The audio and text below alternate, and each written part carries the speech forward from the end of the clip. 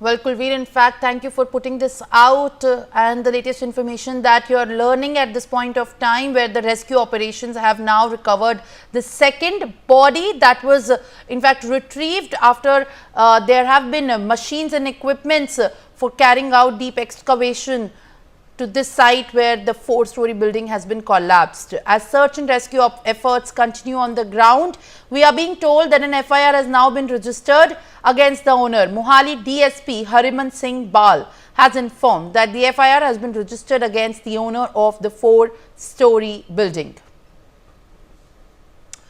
Kulveer, as in fact my colleague joins me back on the broadcast. Kulveer, अभी जो FIR दर्ज हुई है उसके क्या क्या सेक्शंस निकले हैं? मोहाली डीएसपी ने बात की है इस बारे में और क्या क्या डिटेल्स उन्होंने बताई हैं इस पूरे मुद्दे को संज्ञान में लेते हुए?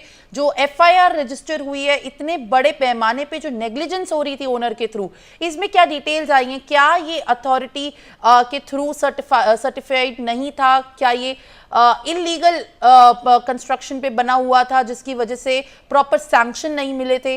क्या कुछ डिटेल सामने आई है, बताइए। देखिए, अभी तक जो जानकारी मिल रही है, ये बिल्डिंग जो है वो जिस ऑनर की थी वही ऑनर साइड में एक बिल्डिंग जो है वो और उसका निर्माण कर रहा था और उसी की बेसमेंट की खुदाई जो है वो की जा रही थी, जिसमें पैरामीटर्स का बिल्कुल भी ख्याल नहीं रखा गया। और प्रशासन ये जानकारी दे रहा है कि किसी तरह की कोई परमिशन भी इसके लिए नहीं ली गई थी। और क्योंकि 4 मंजिला इमारत के बगल में यदि बेसमेंट की खुदाई हो रही है और पैरामीटर्स का ध्यान नहीं रखा जा रहा, तो निश्चित तौर पर एक बड़ा हादसा होने की संभावना पहले ही थी। और ये जानकारी मिल रही है कि कल शाम जब ये बिल्डिंग गिरी उससे एक दिन पहले ही ये खुदाई जो है वो शुरू हुई थी और कुछ ही पलों में, कुछ ही घंटों में ये बिल्डिंग जो है वो ध्वस्त हो गई। 4 मंजिला बिल्डिंग। फिलहाल बीएनएस की धारा 105 के तहत मामला दर्ज किया गया है, जिसमें यदि दोष साबित होता है तो 5 साल की कैद है, जिसको बढ़ाया भी जा सकता है 10 साल तक के लिए। और 2 लोगों के खिलाफ ये मामला दर्ज किया गया है जो ऑनर हैं इस बिल्डिंग के।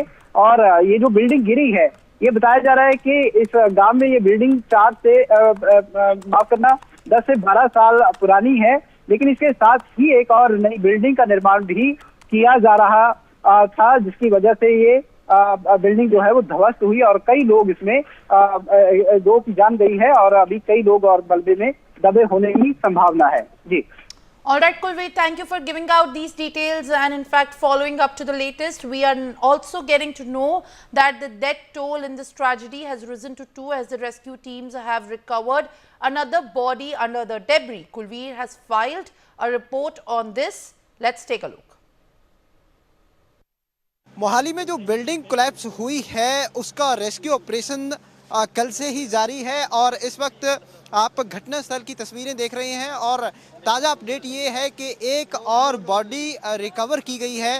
अंबाला का यह युवक बताया जा रहा है जिसका शव मिला है और आईटी कंपनी में यहाँ पर काम करता था, जिसका शव मिला है। अभी एक बॉडी जो है वो और निकाली गई है, यानी कल एक युवती जो है उसको निकाला गया था जिसकी डेथ हो गई थी, जो कि हिमाचल के ठियोग की रहने वाली थी। और अब एक शव जो है वो और मलबे से निकाला गया है और देर रात से भी ये ऑपरेशन जो है वो देर रात तक भी जारी रहा और पूरी रात ऑपरेशन ये चलता रहा, जहां पर एनडीआरएफ और जो सेना की टीमें हैं वो लगातार इस प्रयास में जुटी हुई हैं कि यहां पर जो लोग हैं उनको बाहर निकाला जाए। और कल 5 बजे के आसपास ये हादसा हुआ था, जहां पर एक 4 मंजिला जो इमारत है वो गिर गई थी, क्योंकि इसके बगल में जो खुदाई है वो हो रही थी बेसमेंट की, जिसकी वजह से ये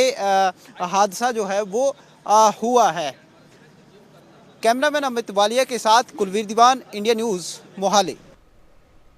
Well, that was the ground report filed by my